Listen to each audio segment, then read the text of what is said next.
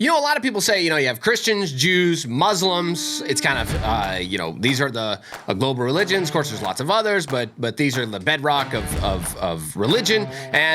But today, with a little deep dive research, there's one massive difference. Massive difference. Guys, stay tuned right now. I'm Joshua, this is Israel, guys. We're going to dive into the difference, the major big difference right now. Stay tuned. Welcome back to the Israel Guys, where we believe that in a world of Jew hatred and anti-Israel propaganda, you should have a direct connection to the land and people of Israel. Guys, don't forget to subscribe and get that conversation going down in the chat of what you think about this topic. So what is the big difference? We're going to dive into the big difference, but first, before we do so, I want you to check out this sermon. This was a sermon given in a mosque, so inside a mosque in Gaza. Check this out. وعما قريب إن شاء الله ستفتح روما كما فتحت القسطنطينية هي عاصمة الكاثوليك أو الصليبية التي أعلنت عداءها للإسلام وقامت بزرع إخوان القردة والخنازير في فلسطين ليمنعوا نهضة الإسلام من جديد. ستكون عاصمتهم نقطة متقدمة للفتوحات الإسلامية التي تنساح في أوروبا كلها ثم تلتفت إلى الأمريكتين بل إلى أوروبا الشرقية. نزرع هذه البشريات في نفوسهم ونؤسسهم من خلال المساجد والمصاحف.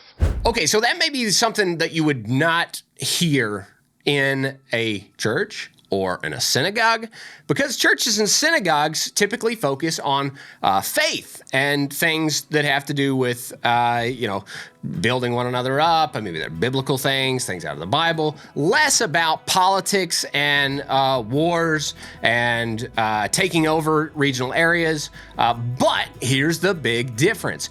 Islam has not had this separation between, like Americans and people in the Western world have, of church and state. They don't have this, and it's unified. It's one thing together.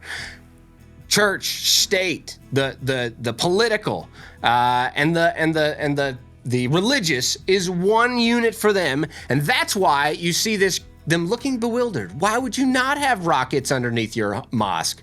The whole idea of the mosque is to advance your political agenda. We're going to dive into more of this, but this is kind of the real misunderstanding behind the scenes on why people are not understanding. Why is every mosque full of ammunition and rockets? And if you go to Gaza or in Lebanon, this is the hub. It's like every single one of them is a military base. We're having a hard time getting our minds around this, but so why would everybody's wondering, why would Israel bomb a mosque? It doesn't make any sense. They're looking at it though it's a church or a synagogue. Check this out. This is Israel actually taking out a mosque.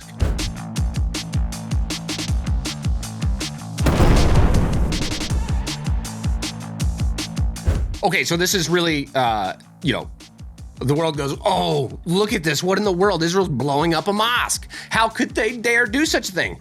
Because they have a Western mind that says, how could you do such a thing? That's like blowing up a church or a synagogue. Impossible. But again, we're looking down into the depths of what's actually there. The root of this thing is so politically driven. We're going to look into what's happening in Iran, what's the big leader. We got to look at the proxy head to see why every single one of these proxies that are just spread out around the Arab world that are taking on the ideology of Iran and why they're doing it. What is this all about? But first, let's check out the mosque there in Jerusalem. We were talking about on the Temple Mount. This is what just happened. We saw the IDF. They took out Ismail Hanania. They took him out, and we have this mourning process taking place in Jerusalem, of all places, the capital of Israel, over the mosque loudspeaker. Check this out.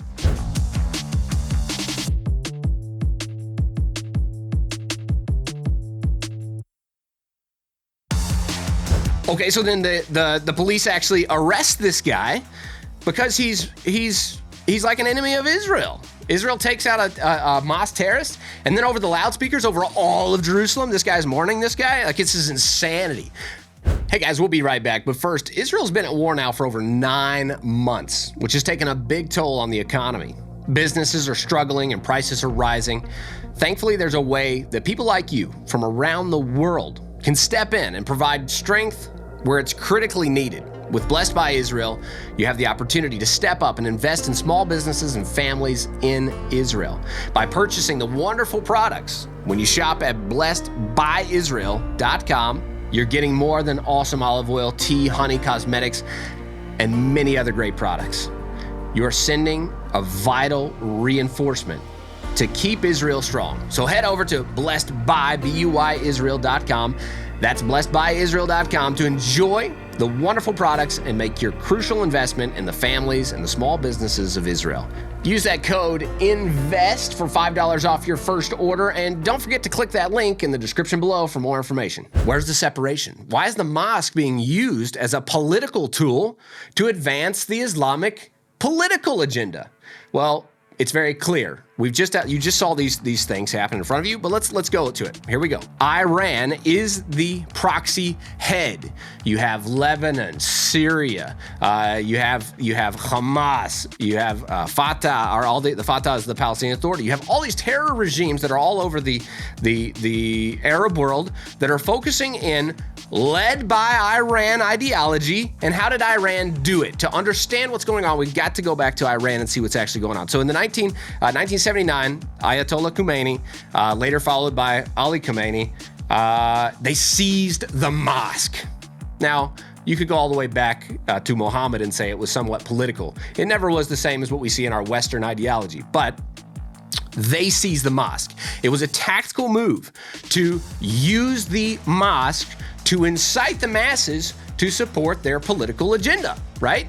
It was an amazing move. You could have these loudspeakers. You could reach everyone. They established, and this is really a kicker for Western people, they established the National Friday Prayer Headquarters. So now you have a National Friday Prayer Headquarters, and then they established the Friday Imams Policy Council. Okay, so now it's getting very political. So the mosque is now a political institution of Islam in Iran, and then it spreads to its proxies. You follow me? So what happens now? They now have political oversight of all the imams over the entire nation. Now, before this time, 1970s, this wasn't the case.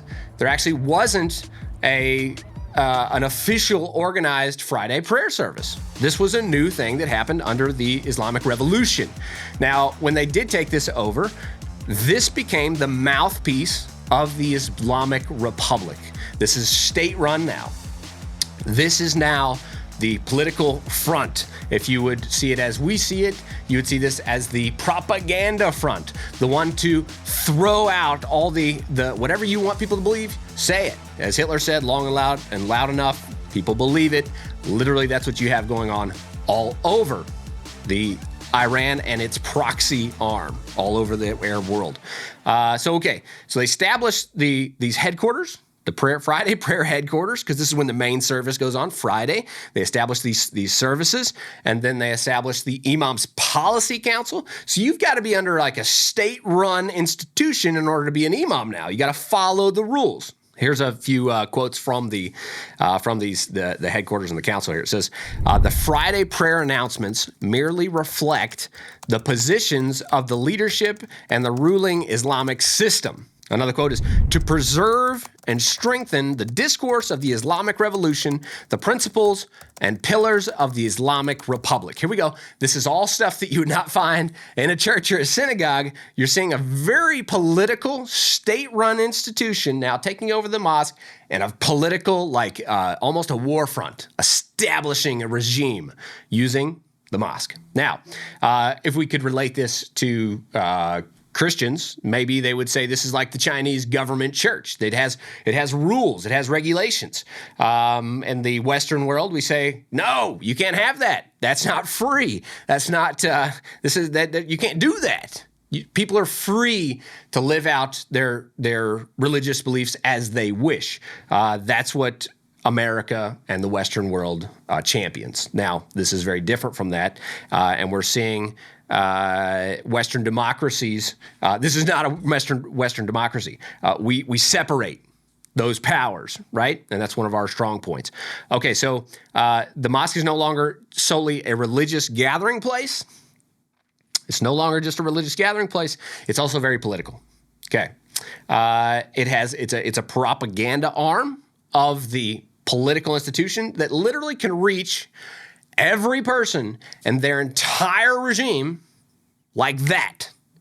Every week, every Friday, they have a drafted message that goes out to their constituency. Not even there, even if you don't want to be there, you're going to get the message.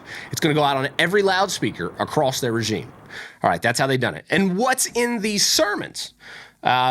Typically, you would think it would be something. If it's a mosque, you'd think it would be something from the Quran, something like this.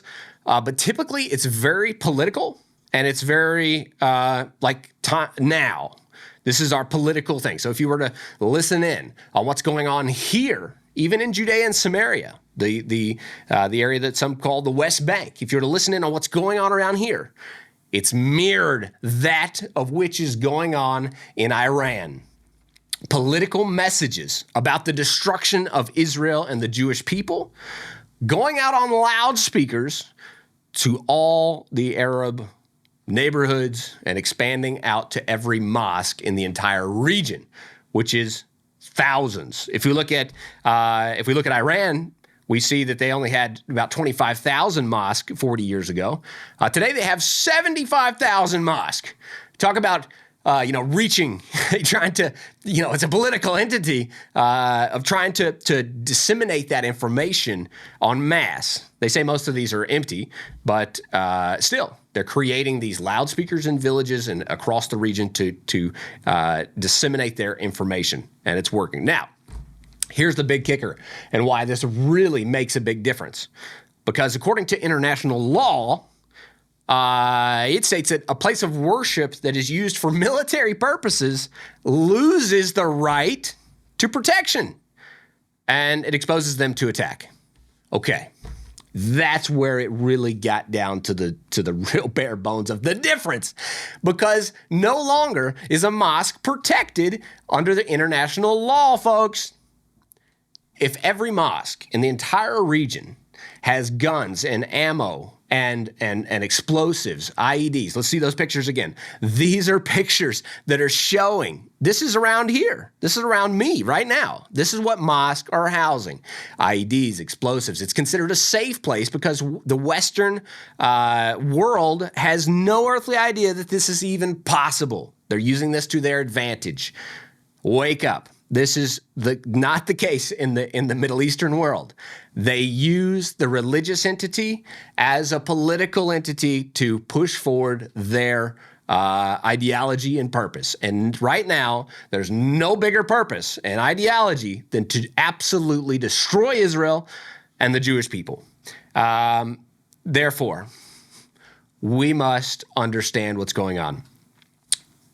Judea and Samaria is experiencing very strongly, Gaza is experiencing very strongly the exact thing that was produced in Iran and brought here. That's what's going on. You should not be in the dark of why this is happening. It's a very calculated response. It's very strategic. And this is what's going down in every mosque across the region, not in the quiet, literally on loudspeakers. Guys, that's all for today. Don't forget to subscribe. As always, get that conversation going down in the notes below. And stop listening to the lies, the propaganda, and connect to the truth of what is actually happening here in Israel.